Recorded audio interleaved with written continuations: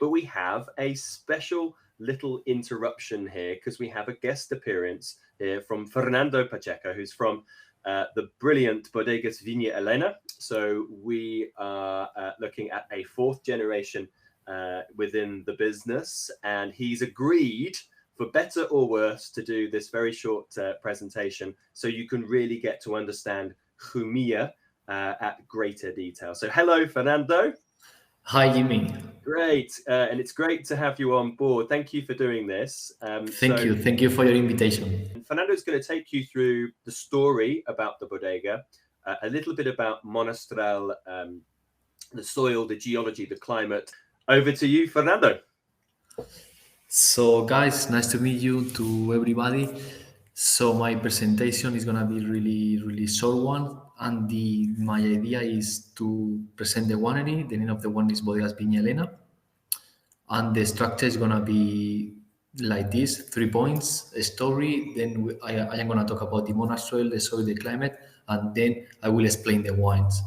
So regarding the story, in this picture, you can see the whole family, the first generation, my great-grandfather, second generation, my grandmother, grandfather, and then the third generation.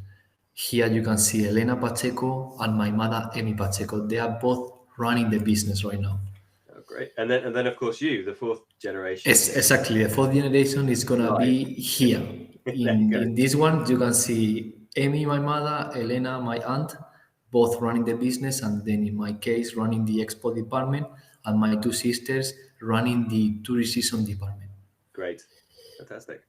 And here we can see the main phases that the winery has been doing in the past. So first phase, the first step is table wine. We were producing wine without appellation of origin. And then Fernando, is that something which is quite typical of the area of Jumilla to be very much table wine and not many small or boutique producers back then, right? Exactly, because at the earliest state, Jumilla was popular because of the Monastrell with a lot of alcohol, with a lot of color, and this region was popular for the table wine.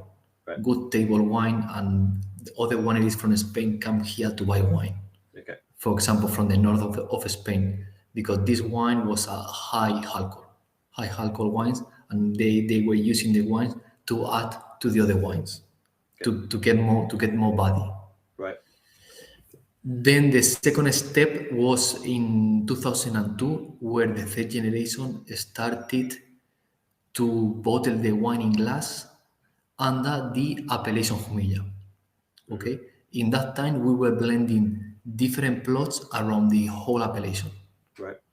And then another step further was in 2014, where we started our single viña project. Which is the very exciting project, yeah. Exactly. Single plot from specific places, from different areas. So, and today we are going to try 2 wines of this project. The name of the project is Bruma del Estrecho de Marín. This is the name of the project. Great.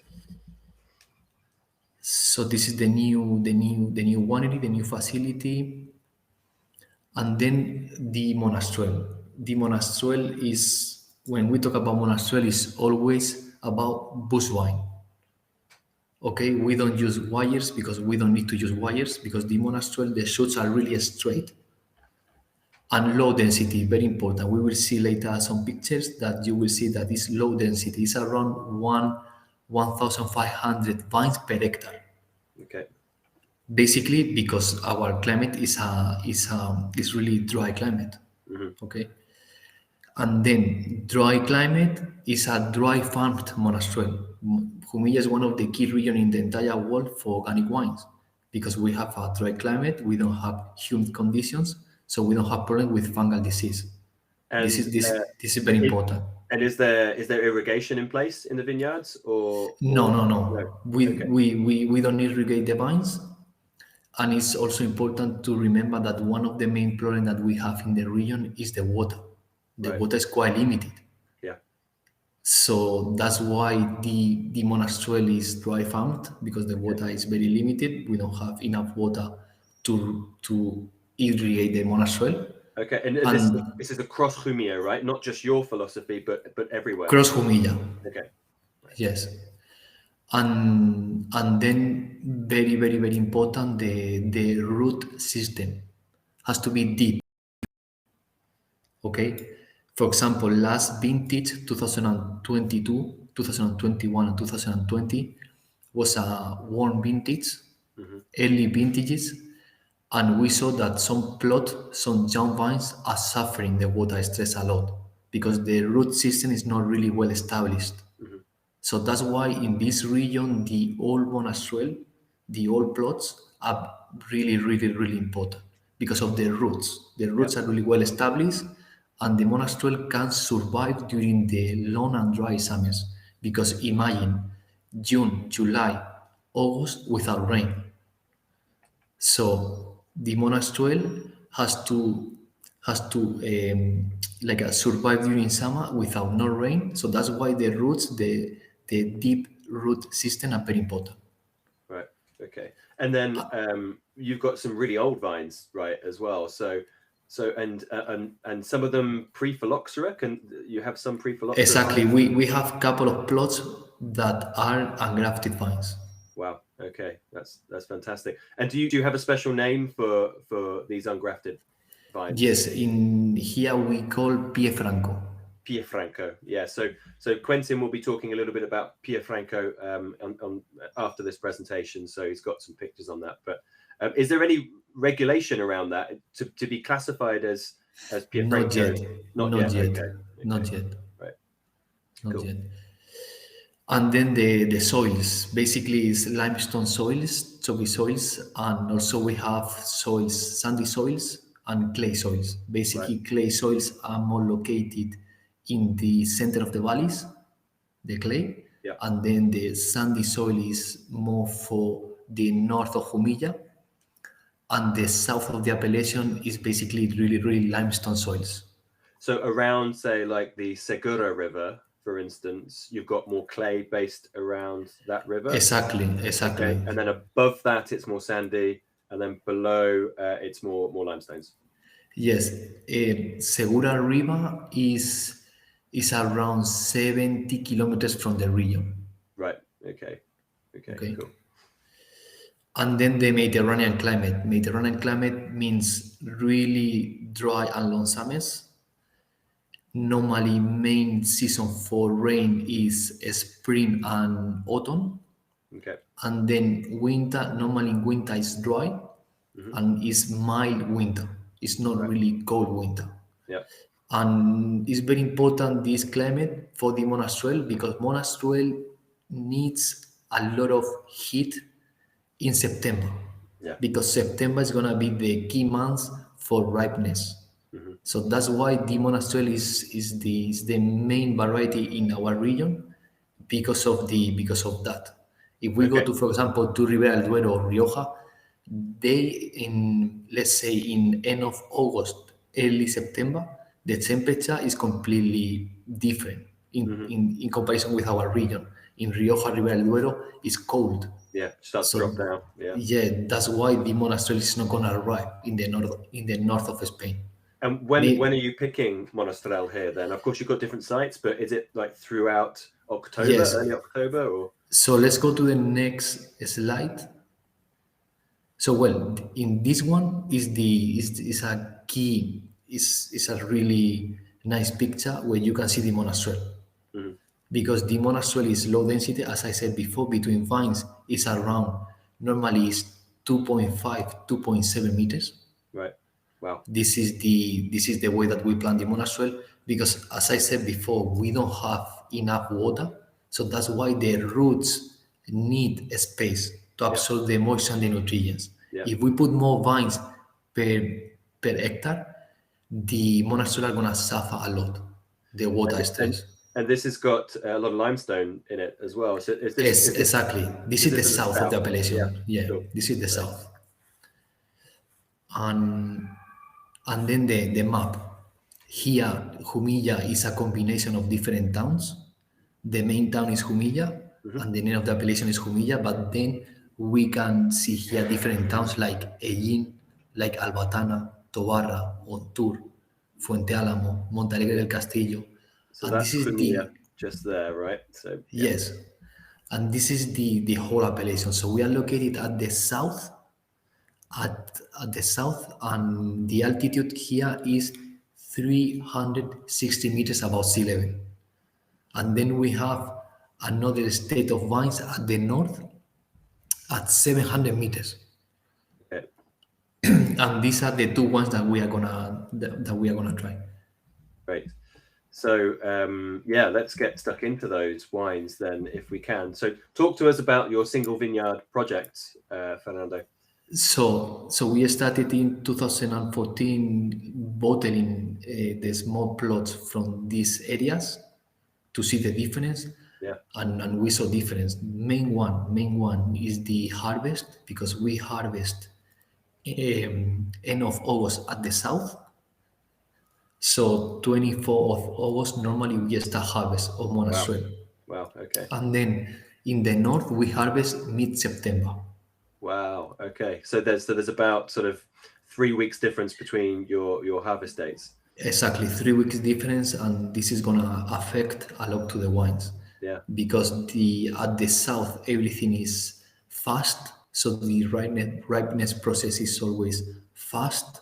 However, in the north the ripeness process is always slow. Yeah.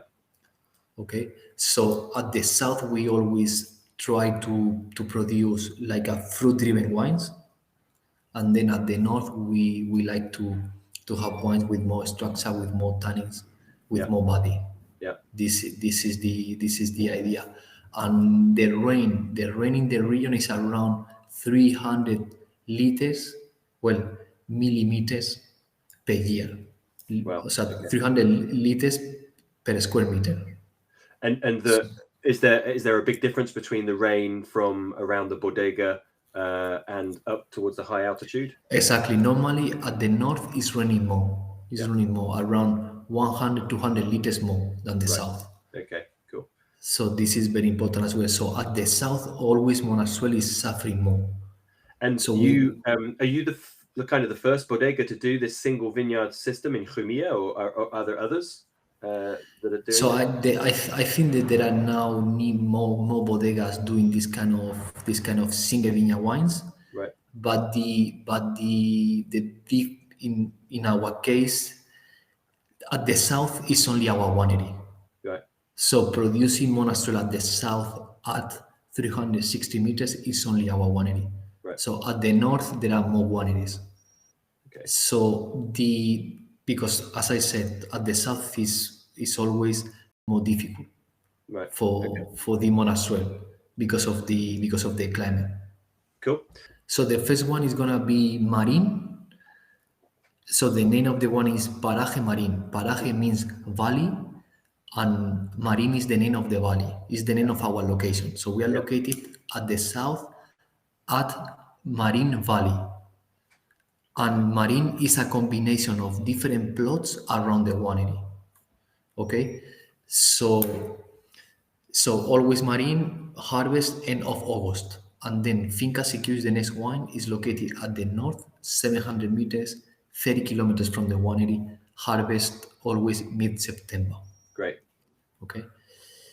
And the Marim 2021 is the location, as I said before, is Stretch of the Marim, altitude 360 meters above sea level, and we use concrete. Okay. Concrete vessels. So the second generation built concrete vessels in 1960, and we are using again the concrete. Oh, cool. We started to use again the concrete in 2017.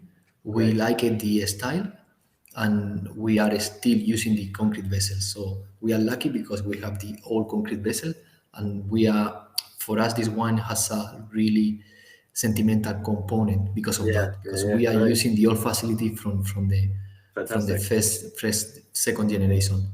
So with the Monastrell, you destem everything. Yes. And then it goes into the concrete for fermentation. Exactly. Yep. And then So fermentation is always in stainless steel. Oh, okay. So and then the malolactic phenolase, malolactic fermentation, and then the aging in concrete. Right, cool. And then with the fermentation in stainless steel, it's about 2 weeks. And are you doing pump overs with it? Yes, Great pump overs. Wonderful. So can you tell them a little bit about what they should be tasting in this wine? Because they'll be tasting it at home. So this one is gonna be on the nose. You are gonna have a lot of fruit, a lot of plums, basically plums, and then you are gonna get also some spicy notes, like a black pepper, like a clove, and Almost also like a licorice, I can remember. Exactly, and also the Mediterranean, the Mediterranean herbs, the rosemary, the thyme, and this is a really good example of a Monastrell fruit-driven Monastrell, and then on the palate it's gonna be medium to full body wine, with high alcohol because I think it's 15%, right, and then it's a wine with long finish. Yeah, I love the dark. I've got my notes from the Alliance tasting. I love the darker fruit character, the spice, but I love the fact that it does have a bit of balance from it because, of course, this is in the southern area, but on limestone soils, so you're able to get some freshness that comes through from having such cold soils and a bit more focused. Yeah, exactly, so, and it's very important. Pay a lot of attention when we are harvesting because at the south, in this location in Estrecho de Marim, is very important because end of August is still really hot in Spain. Yeah. So here the heat waves are very important. So we need to avoid the heat waves because the heat waves can destroy the Monastrell. Because we always try to harvest the Monastrell in the fresh site. Right. It means if we leave the Monastrell couple of days more or 1 week more, it's gonna be over ripeness. Right. Cool. So that's why it's very important to pay attention here in the south. Yeah, because it can over ripen quite easily, right? Exactly. Great. If we can move on to the second one, just conscious that we're at time at the minute. So here we can see 2 plots of this wine. This is one of the plot of Marim, and this is the other one. Great. And in this picture you can see the valley, the Marim Valley. Okay, awesome, fantastic. So the next one, then, your second wine is the Finca CQ. Finca CQ. CQ means Casa Quemada. Is the name of the state, Casa Quemada, and I show you here. This is the state, the Finca CQ. Oh wow. The Casa Quemada is a combination of 3 plots, 1, 2, and 3, and in the center of the finca there is a house. There is a house, and the name of the house is Casa Quemada. Right. And here in Casa Quemada, 700 meters, we harvest mid-September. Wow. Here the ripening process is always slower than the south, and you can see the plot. The plot is all vines planted in 1990, and the soil is completely different to the south. Here we can get more sandy and also more iron in exactly there, right? Iron and also more clay. So here the Monastery are living really well. Okay. Because here the very low density there. Very low density. Yeah. Here is almost, I think it's 2.80 meters between vines. Right. That's a big distance. Wow. I mean, that is crazy. Well, fantastic. I'm sad that I haven't got any to taste because I really want to taste these wines, but I have tried them before and they're wonderful. If you can take them through then how this tastes. So this one is here we use two fermentation. One is a carbonic maceration at the beginning. Okay, we put the whole bunch in a tank. We close the tank with CO2 for 2 weeks, and then we open the vessel. We remove the stems, and we put again in the vessel. And then no more fermentation for another, I think, 2 weeks, 10 days. It goes through a semi-carbonic maceration, then complete under yeast, natural yeast as a finish. Exactly. We are always using natural yeast for these wines. And then is that to promote more of the freshness then in this style? because I remember on the nose when I tasted this that there was almost purple flower, violets. It had lavender, lots of garrigue and thyme and rosemary. A Yeah, lovely lift to it. So, is that partially because of the altitude, partially because of the geology and the carbonic maceration? You think all adds to that? exactly. And Amazing. also, if we see here in this picture, so the plot is really surrounded by the Mediterranean landscape, the pine trees, rosemary, and thyme. Wow, brilliant. So Yeah. that's very important. And the Finca CQ is also aging oak for 9-10 months, and we are using always neutral oak Okay. because we want here to have the fruit, the Yeah. character, the origin. And So then on the palate, it has really good acidity behind it. It has really good structure, and I remember it having really good length as well, very long length in comparison to the Marin. exactly, and this one has more acidity, less alcohol Yeah. Okay. than the Marin because Marin is located at the south. Fantastic. Well, I'm so excited. I'm going to come and see you on Monday at Provine and taste these again. So for sure, Fantastic. because I really wanted to try them. But you've got something else to say? Yes, so Finca CQ was bottled in August 2022 Right. and Marin was bottled in May 2022. Right. Okay. Okay. Okay. So this has got a bit of a longer life ahead of it, the Finca CQ, right? Yeah, of course. Yeah, it's going to age really well. Well, thank you so much, Fernando, for your time.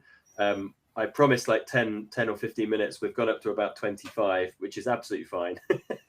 But you get two people like us talking, and we're going to go through quite a lot. So hopefully everybody, hopefully you've enjoyed it. You've enjoyed the wines. You've experienced the differences from that low altitude limestone style, the Marin from around the bodega, compared to the high altitude area, the Finca CQ, which is found on clay, sand, and iron.